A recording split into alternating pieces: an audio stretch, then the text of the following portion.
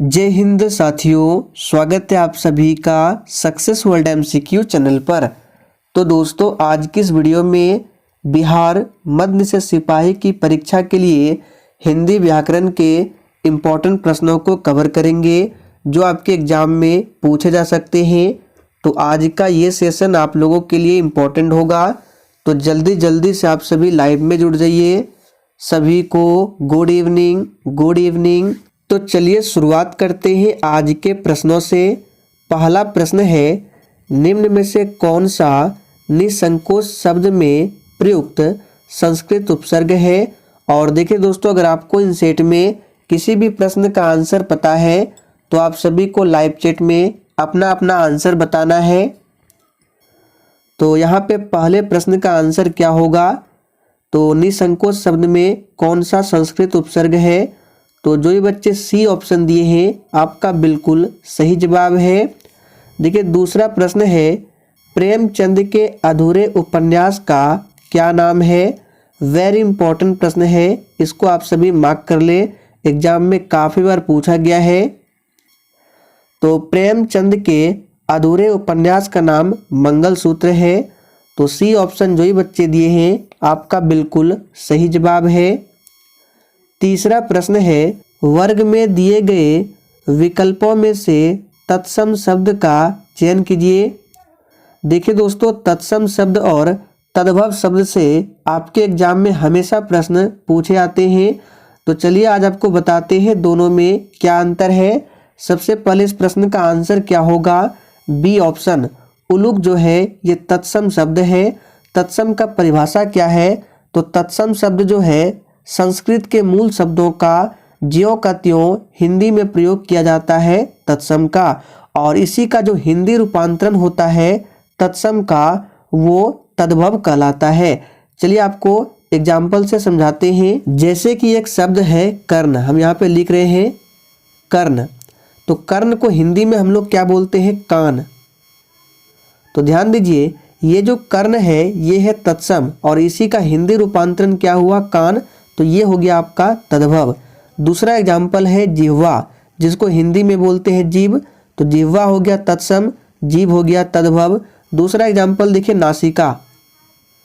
नासिका हुआ संस्कृत के शब्द और इसी को हिंदी में बोलते हैं नाक। तो नासिका हुआ तत्सम और नाक क्या हुआ, तद्भव। तो इस तरह से आप लोग अंतर स्पष्ट कर सकते हैं तत्सम और तद्भव में। अगला प्रश्न है, सम्मुख का विलोम शब्द क्या होगा। और देखिए प्रत्येक स्टूडेंट को लाइव चैट में आंसर बताना है, तभी आपका प्रॉपर तरीके से रिवीजन होगा। तो सम्मुख का विलोम क्या होता है, तो जो ये बच्चे बी ऑप्शन दिए हैं आपका बिल्कुल सही जवाब है। सम्मुख का विलोम विमुख होता है। अक्ल पर पत्थर पड़ना मुहावरे का अर्थ क्या है। देखिए बिल्कुल आपके एग्जाम में पूछा जाने वाला प्रश्न है, इसी तरह के प्रश्न आपके एग्जाम में पूछे जाएंगे। तो अक्ल पर पत्थर पड़ना, इस मुहावरे का अर्थ क्या है, तो बुद्धि भ्रष्ट होना। तो जो ये बच्चे सी ऑप्शन दिए हैं आपका बिल्कुल सही जवाब है। कामायनी किसकी रचना है। इस प्रश्न को आप लोग स्टार मार्क करेंगे। बिहार पुलिस और मध्य से सिपाही के एग्जाम में काफ़ी बार ये प्रश्न पूछा गया है। तो देखिए दोस्तों, कामायनी जो है ये जयशंकर प्रसाद की रचना है। तो इसको अभी आप लोग रट लीजिए, कामायनी जयशंकर प्रसाद की रचना है। और एक रचना है उर्वशी, काफ़ी बार ये दो पूछे गए हैं। तो उर्वशी और कामायनी ये दो प्रमुख रचना जयशंकर प्रसाद की है। शुद्ध वर्तनी का चयन कीजिए। तो इन चारों ऑप्शन में से कौन सा शब्द है जो शुद्ध रूप में लिखा गया है। तो ध्यान दीजिए, यहाँ पे सही जवाब होगा बी ऑप्शन, प्रतिष्ठा जो है इस तरह से शुद्ध रूप में लिखा जाता है। बाकी ऑप्शन क्या है, गलत है।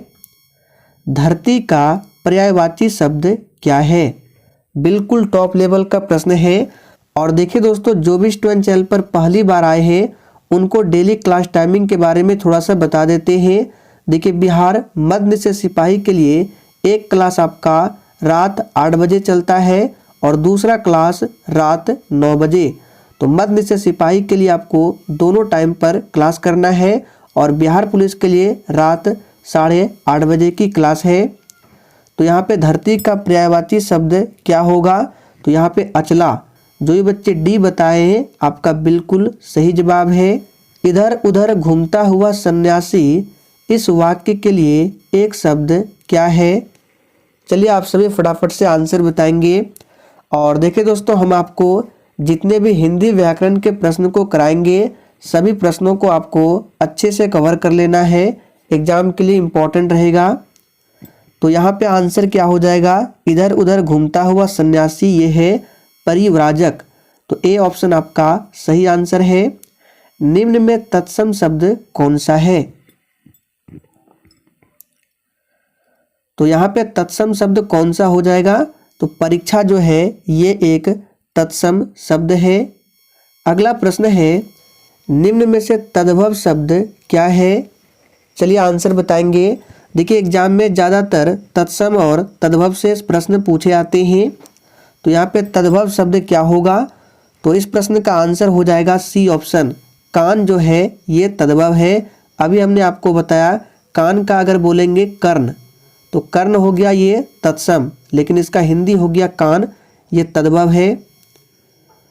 कांटों से भरा हुआ के लिए एक शब्द क्या है? तो दोस्तों कांटों से भरा हुआ के लिए एक शब्द है कंटक, जो कि ए ऑप्शन में दिया गया है। देव जो महान है यह किस समास का उदाहरण है? चलिए आंसर बताएंगे। और देखिए दोस्तों, अगर आपको सेशन पसंद आता है तो आप सभी सेशन को दिल से ज़रूर लाइक करें और सेशन को अधिक से अधिक दोस्तों के साथ शेयर करें, ताकि आपको एग्ज़ाम तक ऐसे ही इम्पोर्टेंट वीडियो मिलते रहे। तो देव जो महान है इसमें है कर्मधारय समास। तो डी ऑप्शन जो ही बच्चे दिए हैं आपका बिल्कुल सही जवाब है। कर्मधारय समास किसे कहते हैं?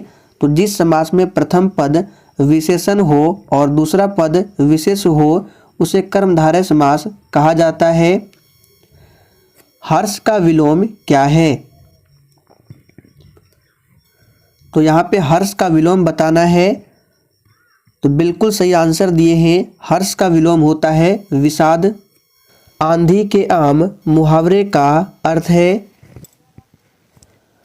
तो दोस्तों आंधी के आम मुहावरे का अर्थ होता है सस्ती वस्तु। तो ए ऑप्शन आपका सही जवाब है। साहित्य लहरी किसकी रचना है? तो दोस्तों इस प्रश्न का सही जवाब क्या होगा? साहित्य लहरी जो है सूरदास की रचना है। तो ए ऑप्शन आपका सही जवाब है।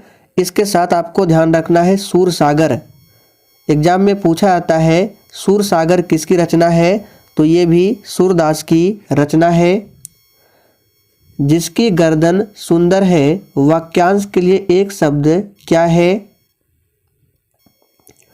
तो देखिए दोस्तों, जिसकी गर्दन सुंदर है वाक्यांश के लिए एक शब्द है सुग्रीव। तो डी ऑप्शन जो ही बच्चे दिए हैं आपका बिल्कुल सही जवाब है। आप बीती शब्द के लिए उसके नीचे दिए गए विकल्पों में से उपयुक्त समास को छांटिए। देखिए अगर आप बीती का समास विग्रह करेंगे तो ये होता है आप पर वीती, और ये एक तत्पुरुष समास के उदाहरण है। तत्पुरुष समास किसे कहते हैं? जिस समास का उत्तर पद यानी कि अंतिम पद प्रधान होता है उसे तत्पुरुष समास कहते हैं। जैसे हाथ कड़ी हो गया, राजमंत्री हो गया, राजकन्या, ये सभी तत्पुरुष समास के उदाहरण है। करुण रस का अस्थाई भाव क्या है? तो देखिए करुण रस का अस्थाई भाव क्या होगा? तो यहाँ पे सही जवाब है बी ऑप्शन शोक है। निम्नलिखित शब्दों में सही संधि विच्छेद का विकल्प चयन कीजिए। यहाँ पे आपको इत्यादि का संधि विच्छेद बताना है।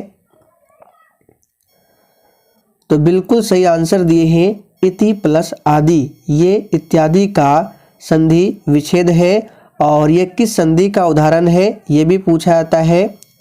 तो ये यन संधि के उदाहरण है। अंक भरना मुहावरे का अर्थ क्या है? तो देखिए दोस्तों, अंक भरना इस मुहावरे का अर्थ होता है स्नेह करना। तो डी ऑप्शन आपका सही जवाब है। तालाब का पर्यायवाची है, यानी कि तालाब जो है पर्यायवाची है कौन सा? पुष्कर, पयोद, तड़ित या फिर डी अर्नव।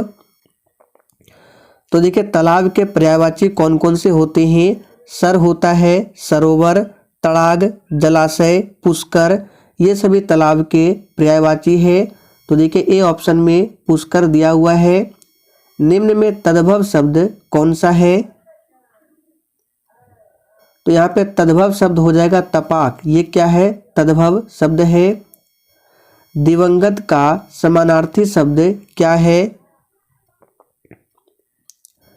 तो देखिए दिवंगत का समानार्थी शब्द होता है स्वर्गवासी।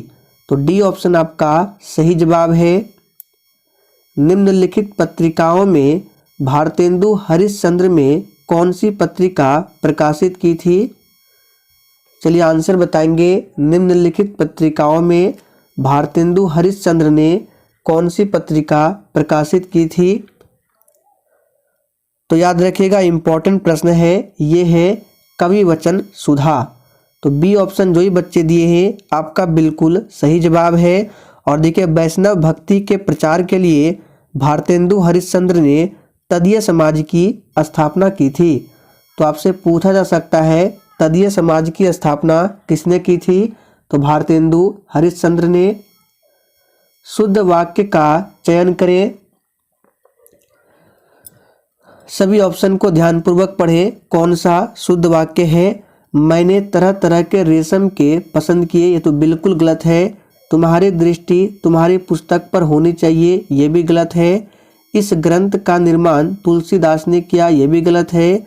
समाज की वर्तमान दशा चिंताजनक है, ये बिल्कुल शुद्ध वाक्य है।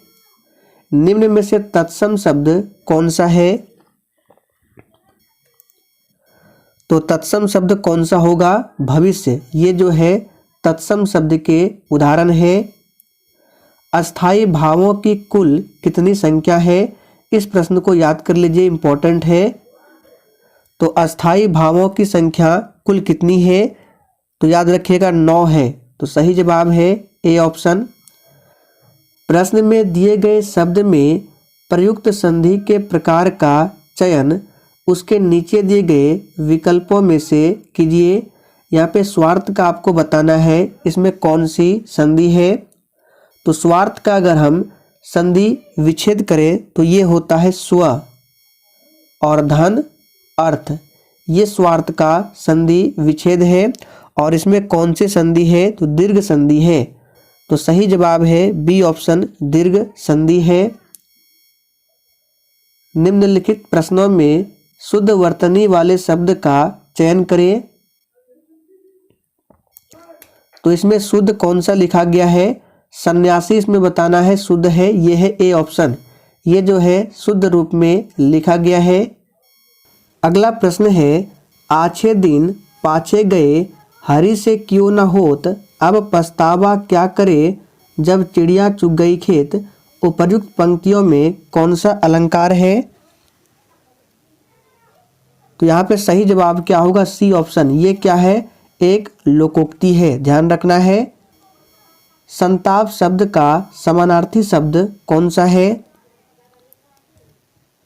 तो संताप शब्द का समानार्थी शब्द है वेदना।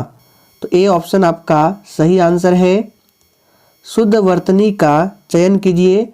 इसमें कौन सा शब्द शुद्ध रूप में लिखा गया है? तो देखिए मैथिली इस तरह से नहीं लिखा जाता है, मैथिली जो है इस तरह से लिखा जाता है। तो ये गलत है। औषधि भी इस तरह से नहीं लिखा जाता है। आतिथ्य ये भी गलत है। संस्कृत बिल्कुल शुद्ध लिखा गया है। निम्न में तत्सम शब्द कौन सा है? तो यहाँ पे तत्सम शब्द है प्रहार। ये क्या है? तत्सम है। आखिरी प्रश्न है, मीमांसा शब्द का समानार्थी क्या है? और जिसने अभी तक सेशन को लाइक नहीं किया है फटाफट से आप सभी सेशन को लाइक करें।